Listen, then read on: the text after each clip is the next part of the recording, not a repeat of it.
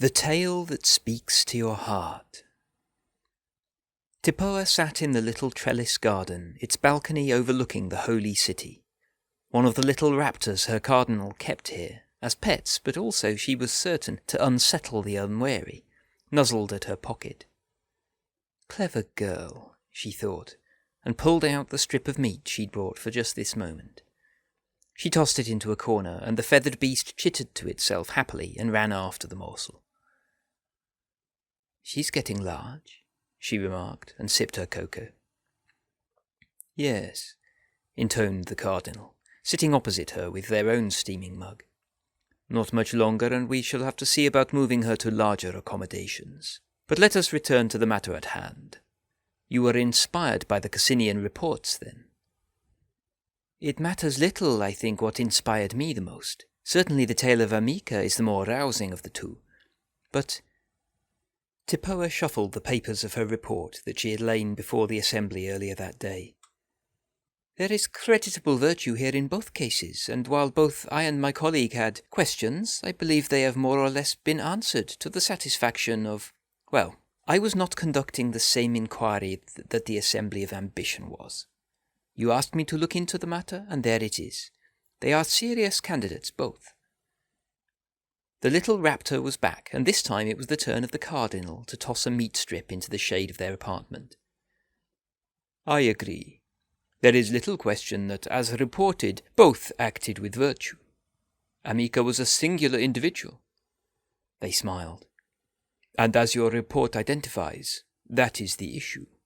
A singular individual caught in a nexus of historical opportunity. Are they inspirational? Not just to you, to us, but to the soul that seeks virtue under Asav's yoke? I think you already know the answer." Tipoa nodded. "Alberto was an ordinary person who stood by his convictions when he did not have to. There is loyalty to his cousin there, but there is a bravery there too. It made me wish for the same bravery in the face of opposition. He died for what he knew to be right." She shivered. "I was reminded of the time I was sent to conduct that excommunication of— I cannot quite remember the details now.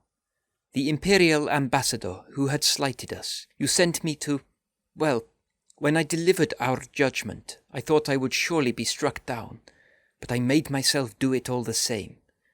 Yet I nearly ran. I am not ashamed to admit it, because I did not, but I nearly did. I learned that day the limits of my own courage. Alberto faced much greater peril, and yet he stood firm." "You see something in the tale that speaks to your heart. I feel it too. There is virtue in both, but Alberto's story, especially if presented properly and clearly. There is something here that could light fires across Asavean satrapies, I think." The cardinal nodded. "You've done well, and the rest will be in other hands. Perhaps it is time to revisit that promotion. You should prepare yourself for evaluation." The meeting was over at that. The cardinal never used more words than they needed to, and their servants quickly learned the meanings in every syllable. "Ma'am," Tipoa stood. "Uttradara Tipoa reporting, then. Investigation closed." The feathered raptor chirruped its approval. Overview. Among the 6 great powers, the Sumar Republic are simultaneously rivals to and uneasy allies of the Empire. Their shared practice of the way both unites them through virtue and divides them through disagreements about how the faith should be practiced and spread. The Liberty Pact, of which they are founding members, has helped strengthen their ties to the Empire, as has their involvement in direct action against those who propagate the abhorrent practice of slavery. Much of their strength at the moment is committed to war with the Asavean archipelago, but they are no less committed to spreading the way through the entire world, even with idolatrous navies at their very door. The Sumar ambassador to the Empire is Oxytocin, who holds the rank of censor of wood, metal and stone, and is a member of the High House of Pride, the Sumar equivalent of the Pride Assembly, but with significantly more responsibility and leeway to pursue foreign diplomacy. They advise not just the Summa Prasta, but the House of the People, the Sumar equivalent of the Imperial Senate. By all accounts, they are an even-handed, level-headed individual and a devout practitioner of the way. War in the West. The Sumar Republic remains at war with the forces of the Asavean archipelago. The plenum has pledged that they will not stop until they have appropriate retribution for the Sumar role in the attack on Chalonsio by burning a Sumar city much as they did Sirok, but so far the Sumar have managed to prevent them from doing so. In part, this is due to Imperial naval support for the Sumar. Imperial efforts to thwart the Asavean blockade of Zemma have been greatly appreciated, and as of the summer solstice have also been greatly expanded. During the summit, Marit Suvidottir raised a mandate in the General Assembly to send Isolde Hannesdottir to urge virtuous Imperial sailors and captains to journey to Sumar and help them resist the depredations of Asavean pirates. Ships from every nation except Varushka and Urizen, thanks to the mandate not receiving a greater majority, now make the trip west to support the Empire's ally in the Liberty Pact. The House of the People, the Sumar equivalent of the Imperial Senate, welcomes these captains. They've set aside a fund of money each season to recompense the captains, and the House of Prosperity has ensured that every captain who wishes it receives a small amount of liao to support their virtue. The Froya, the descendants of those pirates converted by Zemrys to the Way, have gone further. They offer berths and repairs to any Imperial ship that visits one of the many small ports that dot their island home. In the spirit of Zemrys, they also share the bounties they seize from the Asaveans with those who fight alongside them. As such, a standard Imperial fleet without any upgrades or enchantments that takes part in the adventure in the West will receive 96 rings, 3 doses of liao, an ingot each of Asavean orichalcum, tempest jade, and iridescent gloaming, and 2 bottles of Fragdol Oilebrig. The latter is a unique preparation that roughly translates as basilisk brew, a popular healing elixir favoured by the Froya that is particularly potent when used by those dedicated to the virtues. Its recipe is a closely guarded secret of the Froya, who make great use of it when fighting on board ships, and also sees extensive use by the Sumar armies. The name of this sweet, dark, mildly alcoholic beverage is something of a mouthful for Imperial citizens, however, who have taken to referring to it as oilibrag, to the amusement of the Sumar they battle alongside. The Asavean attacks on ships trading with the Empire have had greatly reduced impact on Sumar traders as a direct consequence of Imperial commitments in the West. It is still challenging for Sumar vessels to reach Imperial ports, however, but the House of the People and the High House of Prosperity are working together to devise a way to support trading ships without weakening the defence of their coast. Censor Oxytocin believes that as long as a significant force is able to support the Sumar in their own waters, they estimate an effective fighting strength of 3,000 each season, they will be able to resume full trade with the Empire, restoring at least some of the money lost to the Imperial Treasury from tariffs. At the minute, a combination of demand for Imperial imports and gratitude for their fleet presence in the Sea of Salt means that any trading vessel visiting the port of Zemma will trade there as if it were 1 rank higher. Out of character note, a reasonable FISREP for the oilibrag resource received by fleets helping fight the Asaveans in the Sea of Salt might be flat cola or a similar sweet sticky brown liquid in a potion bottle. Wintermark Willing. During the summer solstice, Rafe of Wintermark raised a mandate to support Sumar endorsed by the Assembly. In the end it was superseded by that of Marit Suvidottir, but it does not go unnoticed. The House of Pride has made a point of putting together a package of 20 liao and asked that the ambassador deliver it to Raf with their thanks. A rare Froya Prasta dedicated to pride rather than prosperity has insisted on including 4 bottles of Fragdol Oilibrig as well. The package should be available for the ambassador to pick up from the hub during the autumn equinox. Liberty and freedom. The Sumar attitude to the Liberty Pact has not changed since last season. They remain keen to drop the nation of Axos from the Pact, arguing that the Pact would be more decisive if it was led by Sumar, the Empire, and the Commonwealth. There is some interest in what the Empire intends to do about the so-called Freedom Accord, but the House of the People sees no need for a joint venture. The Freedom Accord is about slavery. It is supported by the blasphemous, heretical, idolatrous Assavean plenum and the spiritually bankrupt principalities of Yarm. Anyone who joined in such an alliance would simply declare themselves an enemy of the Liberty Pact, an enemy of virtue, and a supporter of slavery. If any smaller nation in the Sumar orbit attempted to do so, they would ensure they thought again, or faced the fate that should befall any unvirtuous people. Either a nation is virtuous, which means they see slavery for the evil that it is, or they should be made virtuous. Presumably, the Empire has the same ability as Sumar to ensure their neighbours know the importance of not allying with slavers. On ritual magic. Censor Oxytocin expresses their thanks to the Imperial Conclave for providing them with not one but both of the ritual text they asked for.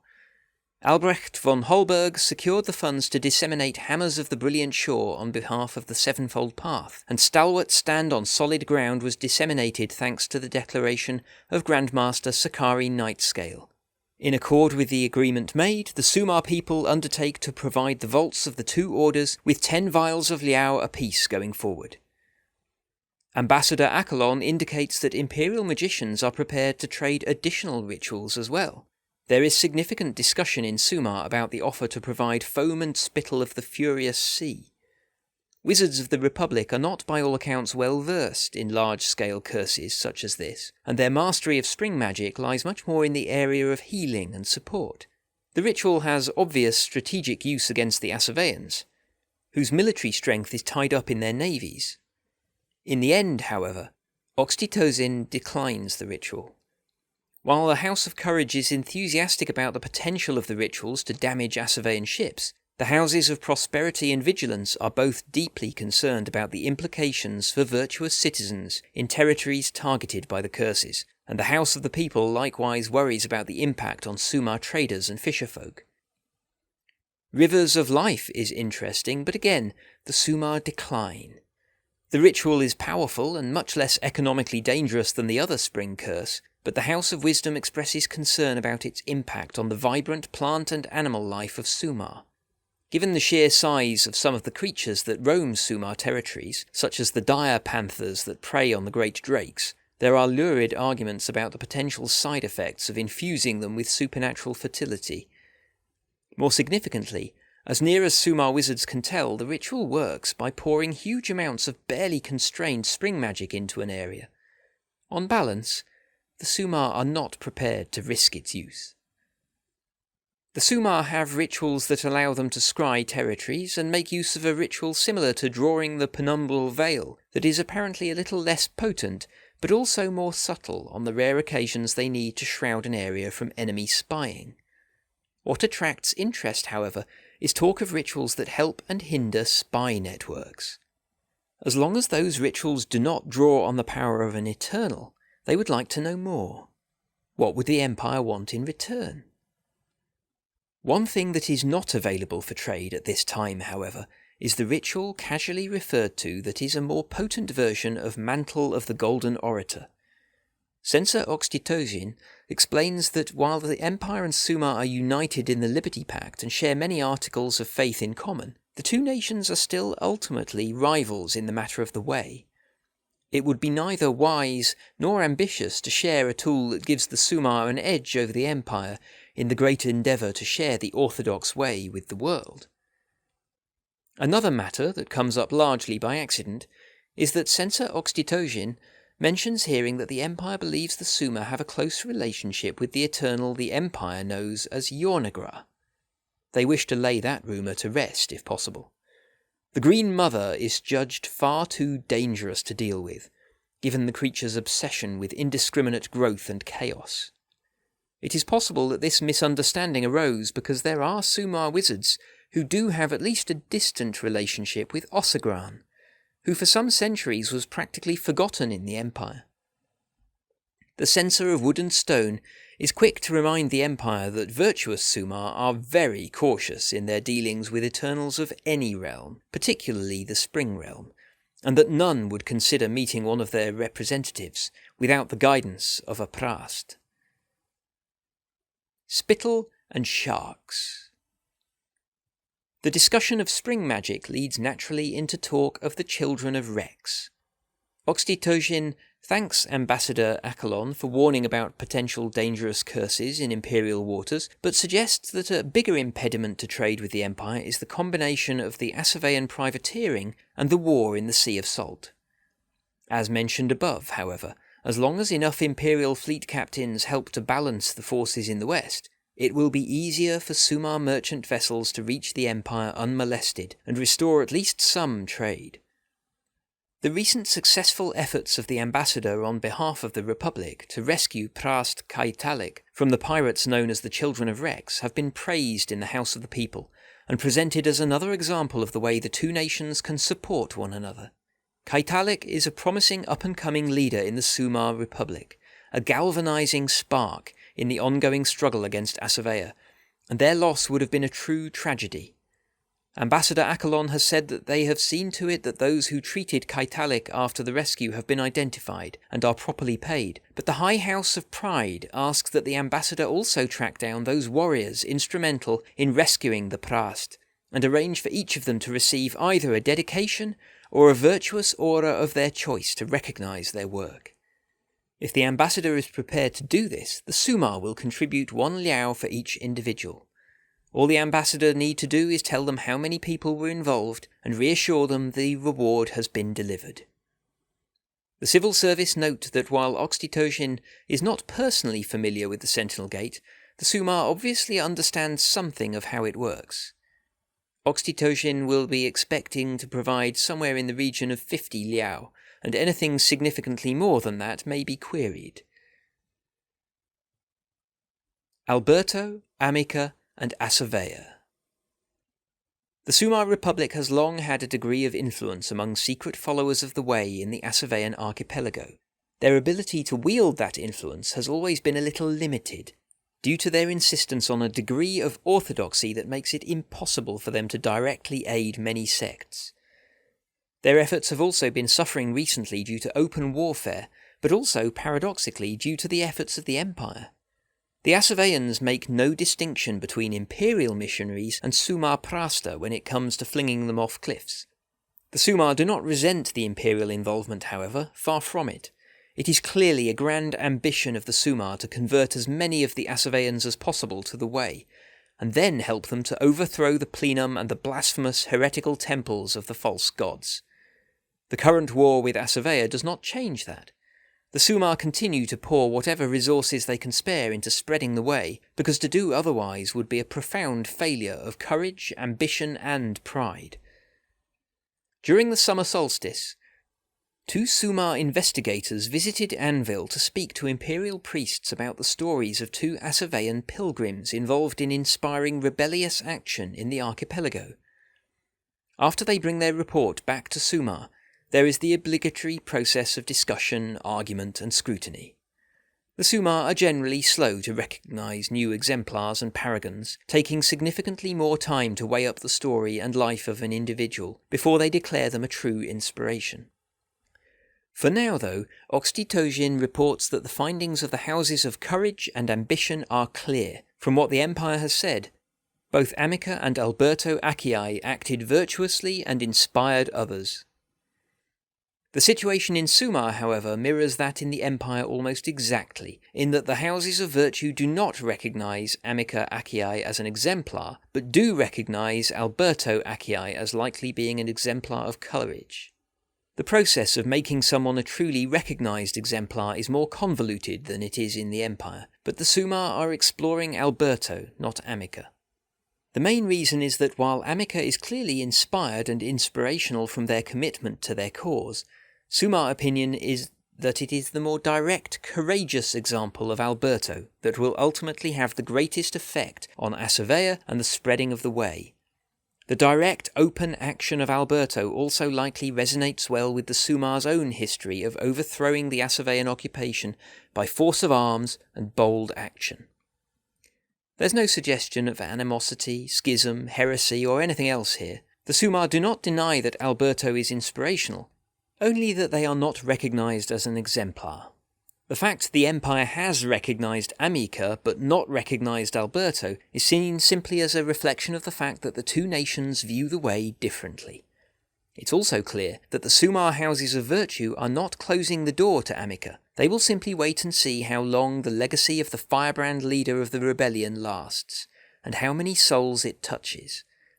It appears that in Sumar, at least, it is very rare to recognise anyone as an exemplar or paragon until at the very least a decade after their death, when the true impact of their lives can be better assessed. More importantly, while Sumar and the Empire disagree as to which Achaea is the exemplar, they both agree that the rebellion they inspired was virtuous and worthy of inspiration.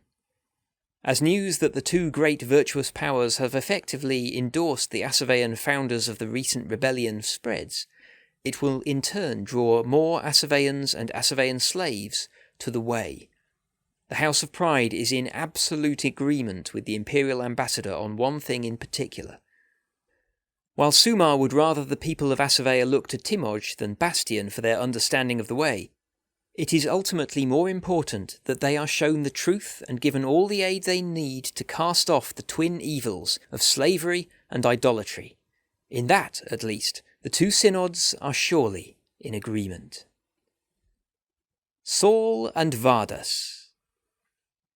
Ambassador Achelon made some inquiries of their opposite number regarding a shell bracelet, apparently associated with an imperial missionary known as Saul of the Kora.